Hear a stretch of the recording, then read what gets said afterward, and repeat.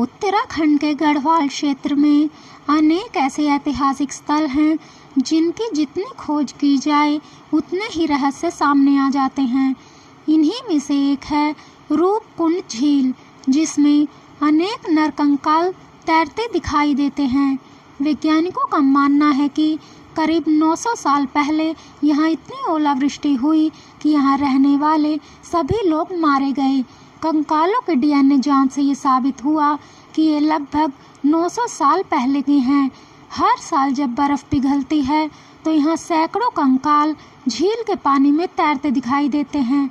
इतने सारे नरकंकालों के यहाँ होने की वजह से ही इस झील का नाम नरकंकाल झील रख दिया गया है।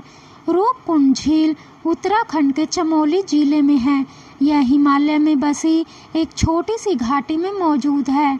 यह 16,499 फीट ऊंचे हिमालय पर है। यह चारों तरफ से बर्फ और ग्लेशियर से घिरी हुई है। यह झील बहुत ही गहरी है। इसकी गहराई लगभग 2 मीटर है और यह झील टूरिस्टों के लिए एक आकर्षण का केंद्र है।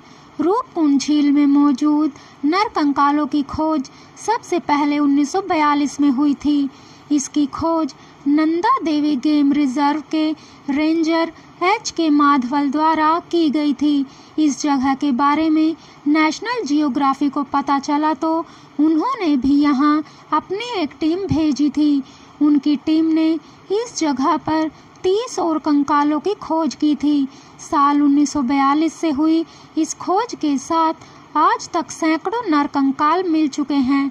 यहाँ हर लिंग और उम्र के कंकाल पाए गए हैं।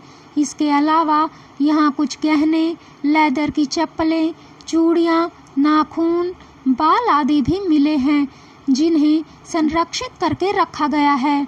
खास बात यह है कि कई कंकालों के सिर पर फ्रैक्चर भी है। स्थानीय लोगों के अनुसार कन्नौज के राजा जसध्वल अपनी गर्भवती पत्नी रानी बलाम्पा के साथ यहाँ तीर्थ यात्रा पर निकले थे। दरअसल वह हिमालय पर मौजूद नंदा देवी मंदिर में माता के दर्शन के लिए जा रहे थे। वहाँ हर साल नंदा देवी के दर्शन की बड़ी महत्ता थी। राजा बहुत जोरों शोरों के साथ यात्रा पर निकले थे। लोगों का कहना था कि बहुत मना करने के बावजूद राजा ने दिखावा नहीं छोड़ा और वह पूरे जत्थे के साथ ढोल नगाड़े बजाते हुए इस यात्रा पर निकले। ऐसी मान्यता थी कि इससे देवी नाराज हो जाएगी और हुआ भी वही। उस दौरान बहुत ही भयानक और बड़े बड़े ओले और बर्फीला तूफान आया, जिसकी वजह से राजा और रानी समेत पूरा जत्था रूपकुंड झील में समा गया। जबकि एक रिसर्च में यह भी कहा गया है कि यहाँ एक ट्रैकर्स का समूह निकला हुआ था। यह समूह अपने रास्ते में ही था कि अचानक बर्फीला तूफान आ गया। इस दौरान गेंद जितने बड़े बड़े ओले आसमान से बरस रहे थे।